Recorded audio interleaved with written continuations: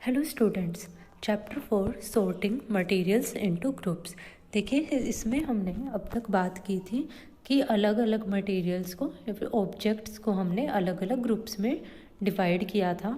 जैसे कि ये हमारे ऑब्जेक्ट्स हैं, इसमें से हम कोई हमारे एडिबल हो सकते हैं, नॉन एडिबल, या फिर हमने उनकी शेप्स कि राउंड है या नहीं है, इस तरह से हमने अलग अलग बेसिस पे, या कोई लकड़ी का बना हुआ है या नहीं बना हुआ है, तो ऐसे हमने अलग अलग डिवाइड किया था। और फिर हमने कुछ मटेरियल्स के नाम भी लिखे थे, जैसे कि would, paper, leather, plastics, cottons. फिर इनसे जो जो ऑब्जेक्ट्स बनते हैं हमने उनकी लिस्ट तैयार की थी। तो हम इस कंक्लूज़न पर पहुँचे थे कि हमें कुछ स्पेसिफिक ऑब्जेक्ट्स बनाने के लिए कुछ स्पेसिफिक मटेरियल्स ही क्यों चाहिए होते हैं। जैसे कि हम किसी बर्तन को कागज़ का क्यों नहीं बना सकते, या फिर हम कोई पानी रखने वाली चीज़ को किसी कपड़े की क्यों नहीं बना सकते। तो इसके लिए हमें मटेरियल्स की प्रॉपर्टीज़ के बारे में जान लेना चाहिए। तो हमने इस सबसे पहले अपीयरेंस की बात की थी। इसमें हमने शाइनी और डल दो टाइप्स हैं, इनकी हमने बात की थी। हम नेक्स्ट प्रॉपर्टी की बात करते हैं, हार्डनेस। देखिए, स्टार्ट करते हैं हार्डनेस के बारे में। When you press different materials with your hands, some of them may be hard to compress, while others can be easily compressed. देखिए, जब आप अलग अलग मटेरियल्स को अपने हाथों से दबाकर देखते हैं, प्रेस करके, तो आपको कुछ मटेरियल्स जो है दबाने में हार्ड लग सकते हैं और कुछ जो है बहुत ही आसानी से दब जाते हैं। जैसे देखिए, बहुत ही सिंपली अगर मैं हार्डनेस को समझाऊं तो क्या होता है कि कई बार बच्चों को ज़मीन पर नींद नहीं आती है, मतलब कि फर्श उनको हार्ड लगता है अगर उस पर सोना चाहें हम। लेकिन मैट्रेस जो है, गद्दा अगर बिछाएं तो वो सॉफ्ट लगता है और उस पर नींद आती है। तो हम बोलते हैं कि यह गद्दा सॉफ्ट है और इस पर अच्छी नींद आएगी, जबकि ज़मीन या कोई लकड़ी का तख्त जो है हमें हार्ड लगता है। हम उसे बोलते हैं कि ये बहुत हार्ड है, मतलब अगर हम उसे कंप्रेस करें, अपने हाथ से दबाएं तो वो नहीं दबता है। तो यही मतलब है किसी चीज़ के हार्ड होने का, कि अगर हम उसे अपने हाथों से दबा कर देखते हैं तो वो चीज़ नहीं दबती, यानी कि कंप्रेस नहीं होती है। चलिए आगे बढ़ते हैं। Take a metal key and try to scratch with it the surface of a piece of wood, aluminium, a piece of stone, a nail, candle, chalk, any other material or object। एक metal की लीजिए, मतलब धातु की कोई भी चाबी, और उससे स्क्रैच करके देखना है आपको कौन कौन से सरफेसेस, आप किसी भी चीज़ के सरफेस पर उस मेटल की से स्क्रैच कर सकते हैं, मतलब खुरचा सकते हैं। आप एक लकड़ी पर ट्राई कीजिए स्क्रैच करने का, कोई एल्यूमिनियम की चीज़ है उस पर कीजिए, पत्थर ना, कोई भी नेल, मोमबत्ती वैक्स की जो बनी है, कैंडल मतलब, चौक, कोई भी ऑब्जेक्ट आपका मन करे आप उस पर स्क्रैच करके देख सकते हैं।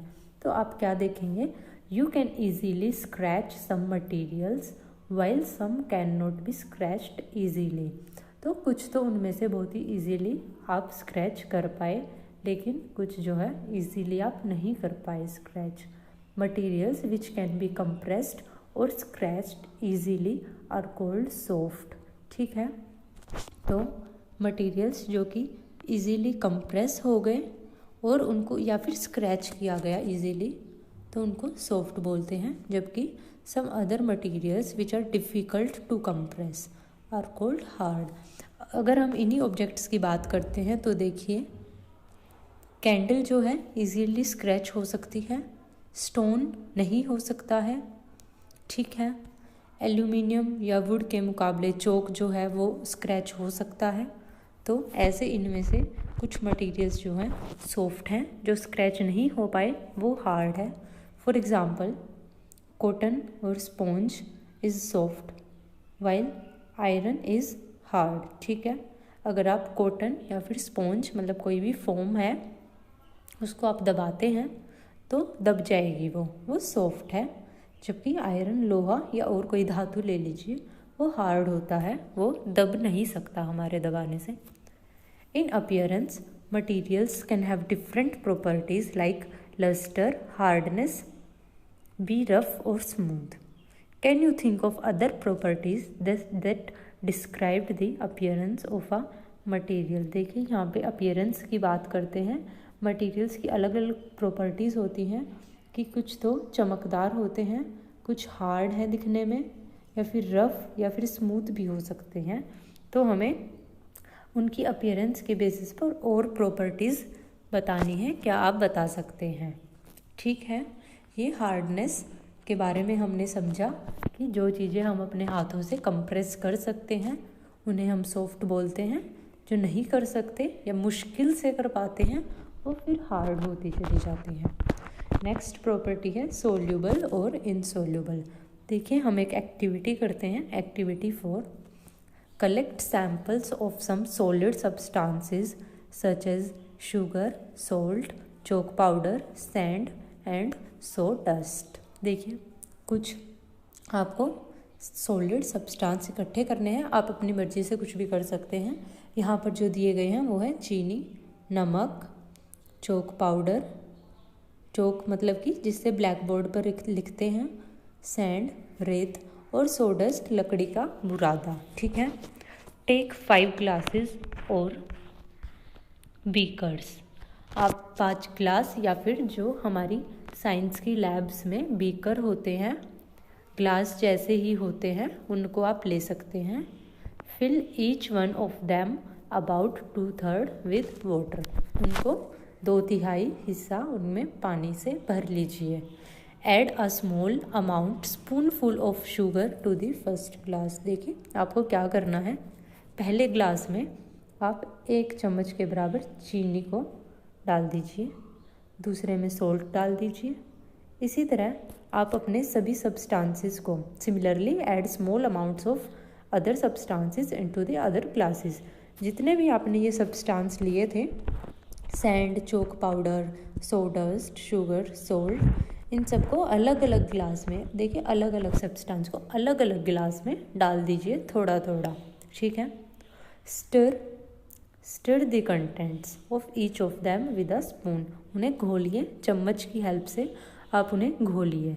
Wait for a few minutes. ठीक है, थोड़ी देर तक वेट कीजिए। Observe what happens to the substances added to water. Note your observations as shown in table 4.3। देखिए इसमें आपको फिगर 4.4 में दिखाया व्हाट डिसअपियर्स व्हाट डजंट। आपको 5 ग्लास को ऑब्जर्व करना है फिर कि किस ग्लास में क्या चीज़ डिसअपियर हो गई, मतलब डालने के और घोलने के बाद नहीं दिखाई दी, गायब हो गई, एक तरह से दिखाई नहीं दी, और क्या दिखाई दे रही है अभी भी, क्या चीज़ मतलब डिसअपियर नहीं हुई। तो आप ये ऑब्ज़र्व कीजिए। देखिए आप थोड़ा अंदाज़ा लगा सकते हैं, आप अपने घर पर जब नींबू पानी बनाते हैं या फिर चाय या दूध, आप देख सकते हैं उनमें चीनी या फिर नमक जो है घुल जाता है। एक बार अगर हम पानी में चीनी घोलते हैं तो चीनी के जो दाने हैं वो हमें नहीं दिखते, तो इसका मतलब शुगर जो है डिसअपियर हो जाता है। ठीक है। अब हम इस टेबल 4.3 में जब हमने मिक्सिंग की थी डिफरेंट सॉलिड मटेरियल्स की वाटर में, तो हम इसमें नोट डाउन करेंगे अपने रिजल्ट्स को, ऑब्जर्वेशंस को। सोल्ट देखिए डिसअपियर्स कम्प्लीटली इन वाटर। ठीक है, डिसअपियर हो जाता है। शुगर आप करके देखिए हो जाएगी। सैंड रेत जो है नहीं होता, डिसअपियर नहीं होता है, घोलने के बाद जब थोड़ी देर बाद हम देखेंगे वह पानी की तली में बैठ जाएगा। चॉक पाउडर की अगर हम बात करें तो वह भी नहीं होगा, डिसअपियर नहीं होगा, वह भी पानी की तली में बैठ जाएगा। और अगर हम सोडस्ट की बात करें तो वह भी डिसअपियर नहीं होगा, क्यों, वह पानी पर तैरने लगेगा। सोडस्ट लकड़ी का बुरादा यानी जिसे हम बोलते हैं, जैसे अगर आप किसी बढ़ई की दुकान पर अगर जाते हैं कोई लकड़ी का, अगर कोई फर्नीचर बनाने की दुकान है या फिर आपके घर में अगर कोई काम चल रहा है फर्नीचर का, तो आप देख सकते हैं वो बुरादा जो है पानी में नहीं घुलेगा। You will notice that some substances have completely disappeared or dissolved in water। तो आप फिर क्या नोटिस करेंगे इस एक्टिविटी के बाद कि कुछ जो है सब्सटेंसेस कम्प्लीटली डिसअपियर हो गए, यानी कि घुल गए पानी में, जो कि बाद में दिखाई नहीं दे रहे घुलने के बाद। We see that these substances are soluble in water। देखिए सोल्यूबल, हम प्रॉपर्टी क्या पढ़ रहे थे, सोल्यूबल और इनसोल्यूबल। तो सोल्यूबल हमारे क्या हुए, जो कम्प्लीटली डिसअपियर हो जाते हैं, कम्प्लीटली डिसअपियर हो गए घुलने के बाद, घुल गए जो पानी में, वो हमारे सोल्यूबल हैं। Other substances do not mix with water and do not disappear even after stirring for a long time. These substances are insoluble in water. देखिए जो सब्सटेंसेस मिक्स नहीं हुए पानी में, डिसअपियर भी नहीं हुए, मतलब कि बहुत लंबे समय तक जब उनको घोला गया तो भी वो पानी में नहीं घुले, तो उनको इनसोल्यूबल कहते हैं क्योंकि वो नहीं घुले पानी में। ठीक है। Water plays an important role in the functioning of our body because it can dissolve a large number of substances. देखिए हमारी बॉडी में पानी का एक बहुत ही महत्वपूर्ण इम्पोर्टेंट रोल है। हमें पता है हमारी बॉडी का एक बहुत बड़ा पार्ट जो है पानी से मिलकर बना हुआ है। पानी की हमें बहुत ज़रूरत होती है, और क्योंकि बहुत सारे सब्सटेंसेस जो है पानी में घुल जाते हैं, तभी बहुत ही इम्पोर्टेंट है। Do liquids also dissolve in water. देखिए हमने अब तक जो है सॉलिड सब्सटेंसेस की बात की थी, जो कि पानी में हमने घोले थे। शुगर, सोल्ट, चोक पाउडर, सैंड, सोडस्ट, ये सभी सॉलिड सब्सटेंसेस थे। अब हम बात करेंगे कि क्या लिक्विड भी डिज़ोल्व हो सकते हैं पानी में। ठीक है। अब हमें क्या करना है, collect samples of vinegar, lemon juice, mustard oil, coconut oil, kerosene और एनी अदर लिक्विड। ठीक है, आपके पास कोई भी लिक्विड हो, कोई भी हो, आप ले लीजिए। हमने यहाँ पर ये 5 लिक्विड्स लिए हैं। Take a glass tumbler. ठीक है, एक ग्लास लीजिए, fill it up to half with water, उसे पानी से भर लीजिए। Add a few spoonful of one liquid to this and stir it well. जैसे आपने सॉलिड्स के लिए किया था वैसे ही आप अपने ग्लासेस भर लीजिए और एक ग्लास में एक लिक्विड ऐड कीजिए आप, और फिर उसे घोलिए अच्छे से। Let it stand for 5 minutes. थोड़ी देर के लिए उसे छोड़ दीजिए, 5 मिनट के लिए। ठीक है। Observe whether the liquid mixes with water. Figure 4.5 में आप देखिए, आपको यह ऑब्जर्व करना है कि लिक्विड अच्छे से मिक्स हुआ या नहीं।